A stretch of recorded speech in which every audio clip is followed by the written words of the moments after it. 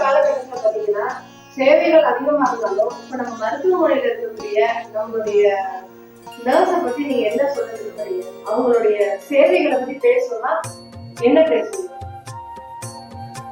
அவங்களோட சேவைகளை பத்தி பேசணும்னா அதுக்கு பொதுவா விவரிக்க முடியாத ஒரு மிகப்பெரிய ஒரு ஒரு ஒரு ஒரு அத்தியாயம்.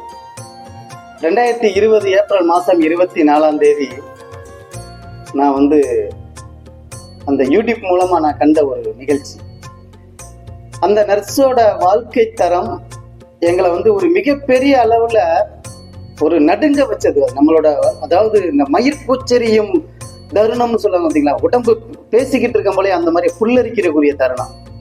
கன்னியாகுமரி மாவட்டத்தை சேர்ந்த ஒரு நர்ஸ், ஒரு சகோதரி, அவங்க இந்த கொரோனால பாதிக்கப்பட்ட அந்த நோயாளிகளோட அவங்க வாழ்ந்துகிட்டு இருக்க அந்த தருணம். எல்லாருமே ஒரே வகையான அந்த ஒரு அங்கியை போட்டு அவங்க அந்த சேவைகள் பண்ணிட்டு இருக்காங்க. அவங்க கண்ணு முன்னாடி ஒரு ரத்தத்தை மட்டுமே பார்த்தவங்க பிணமாக மட்டும்தான் பார்த்துக்கிட்டு இருக்காங்க. கொத்து கொத்தா செத்துக்கிட்டு இருக்காங்க. அவங்களோட அந்த ஒரு பார்வைகள் எல்லாமே அவங்களவே ஒரு மூச்சு காற்ற கூட ரணமா அனுபவிக்கிறதா சொல்லி அவங்க மிகப்பெரிய அளவுல வேதனைப்பட்ட தருணம். ஒரே அங்கியோட 13 நாள் அந்த சகோதரி அந்த கம்பார்ட்மெண்ட் இன்குபேட்டர் வார்டுன்னு நினைக்கிறேன் அந்த ஏன்னா அந்த மெடிக்கல் பேரு சரியா தெரியல. அந்த வார்டுக்குள்ள அவங்க 13 நாள் அனுபவிச்ச அந்த வேதனைய அவங்க பெருசா பேசல. என்ன இவ்வளவு பேர் சித்திரவதை பண்றாங்க அப்படின்ற வார்த்தையெல்லாம் அவங்க சொல்லல.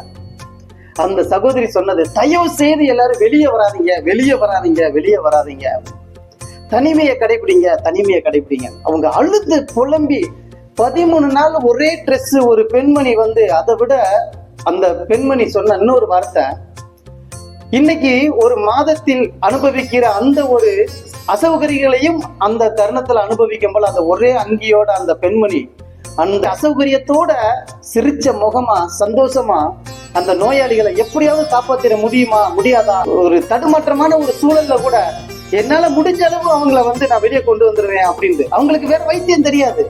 பெரிய லெவல்ல அந்த மருத்துவ சேவைகள் செய்யறதுல அவங்க ஒரு செவிலியர் மட்டும்தான்.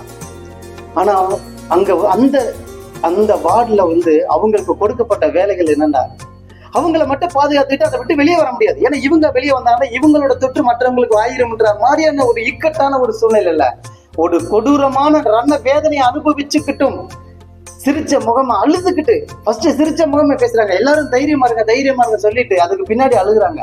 தயவு செய்து வெளியே வந்துடாதீங்க, வெளியே வந்துடாதீங்க.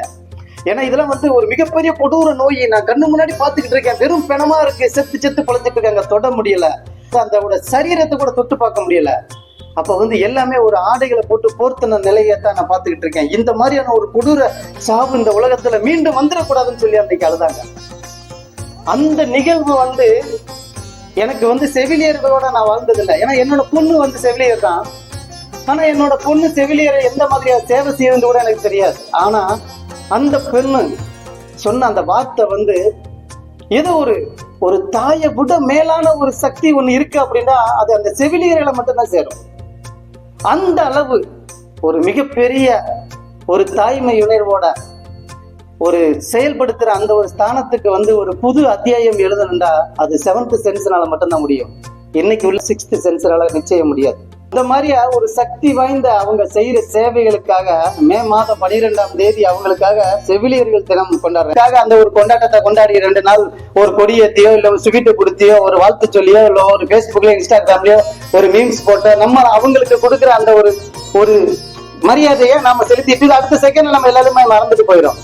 ஆனா அவங்க செய்யற சேவைகள் ஒரு தாயும் தகப்பனும் உருவாக்கிய நம்மள முதலா இந்த வெளி உலகத்துக்கு அவங்க தாங்கி பிடித்த ஒரு முதல் தாயும் தகப்பனுமாக உருவாக்கப்பட்ட நாம இந்த பூமியில அந்த பிரசவ வேதனையை அனுபவிக்கிற அந்த நிமிடங்கள்ல நம்மளோட தொப்புள் கொடிய அந்த கட் பண்ற அந்த நேரத்துல நமக்கு மறு உயிர் கொடுத்து நம்மளை தாங்கி பிடித்து தன்னோட கரங்கள்ல தூக்கி தாங்கி பிடிக்கிற ஒரு மிகப்பெரிய சக்தி வாய்ந்த ஒரு 2ஆம் தாயாகத்தான் இன்னைக்கு அவங்களெல்லாம் நம்ம பார்க்கப்படணும். வருடத்துல முதல் நாள் அவங்களுக்கு நம்ம ஒரு மிகப்பெரிய ஒரு கம்பீரமான ஒரு வாழ்த்து சொல்லி எல்லாரும் நாம கௌரவப்படுத்தணும். அதுதான் என்னோட ஒரு பெரிய ஒரு ஆசை.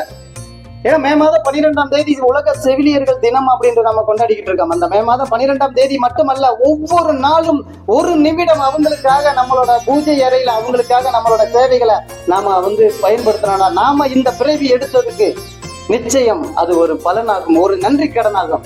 ஏன்னா ஒவ்வொரு ஆளும் ஒரு பிரசவ வழியை அனுபவிக்காம யாரும் பிறந்திருக்க மாட்டாங்க. சுகப்பிரசவமோ நமக்கு சிசேரியனோ எதுவா இருந்தாலும் ஒரு செவிலியர் இல்லாம நிச்சயம் அவங்க இருந்திருக்க மாட்டாங்க. அந்த செவிலியர்ன்றது படித்து முடித்து அங்கி போட்ட ஆட்கள் மட்டும் இல்ல, ஆபரேஷனை ஹாஸ்பிட்டலே போகாம ஆயா வேலை பார்த்தவங்களும் ஒரு செவிலியர் தான்.